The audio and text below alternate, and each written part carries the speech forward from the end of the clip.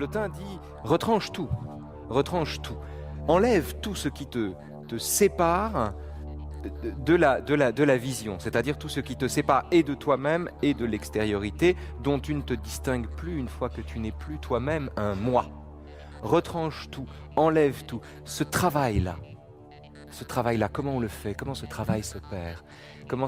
Est-ce que ce travail est comparable à la façon dont un écrivain reprend son texte? Ou bien conserve comme un diamant au milieu d'une mine de charbon une phrase de 10 pages, par exemple? Est-ce que c'est un travail comparable? Est-ce que c'est la même affaire?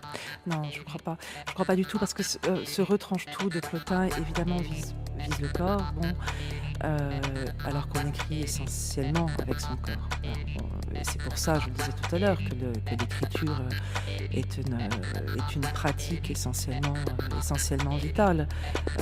C'est qu'on écrit à partir de quelque chose qui est de l'ordre, vraiment de la pulsation organique.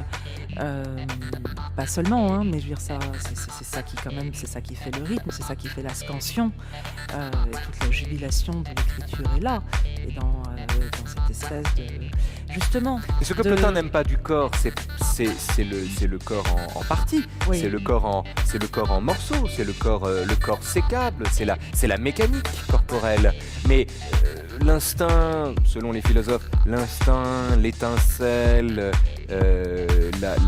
la simplicité, l'organisation qui l'anime, tous ces termes-là, tous les philosophes qui insistent là-dessus, sont peu ou prou s'inscrivent dans la perspective tracée par Plotin pour le coup. C'est pas une négation du corps, c'est un refus de ce que le corps a de mort. C'est pas pareil. Alors oui, c'est le corps comme mort et comme limitation, mais bon, l'affect, les percepts n'ont pas tellement de place quand même ni dans l'intellect ni dans l'art, alors que c'est quand même avec eux aussi qu'on écrit.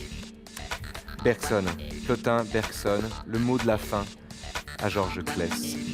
À nos yeux, l'aboutissement du mysticisme est une prise de contact et par conséquent une coïncidence partielle avec l'effort créateur que manifeste la vie. Cet effort est de Dieu, si ce n'est pas Dieu lui-même.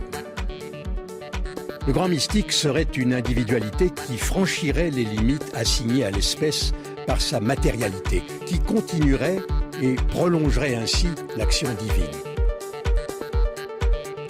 En ce qui concerne Plotin, il lui fut donné de voir la terre promise, mais non pas d'en fouler le sol. Il alla jusqu'à l'extase, un état où l'âme se sent ou croit se sentir en présence de Dieu, étant illuminé de sa lumière.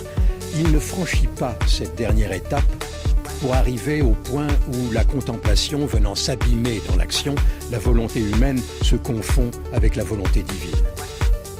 Il se croyait au fait. Aller plus loin eût été pour lui descendre.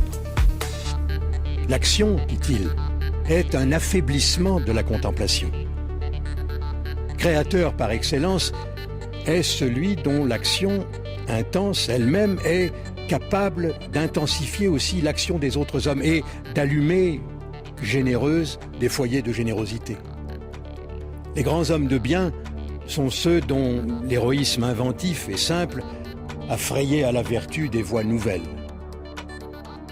Les philosophes qui ont spéculé sur la signification de la vie et sur la destinée de l'homme n'ont pas assez remarqué que la nature a pris la peine de nous renseigner là-dessus elle-même. Elle nous avertit par un signe précis que notre destination est atteinte. Ce signe est la joie. Georges Claes.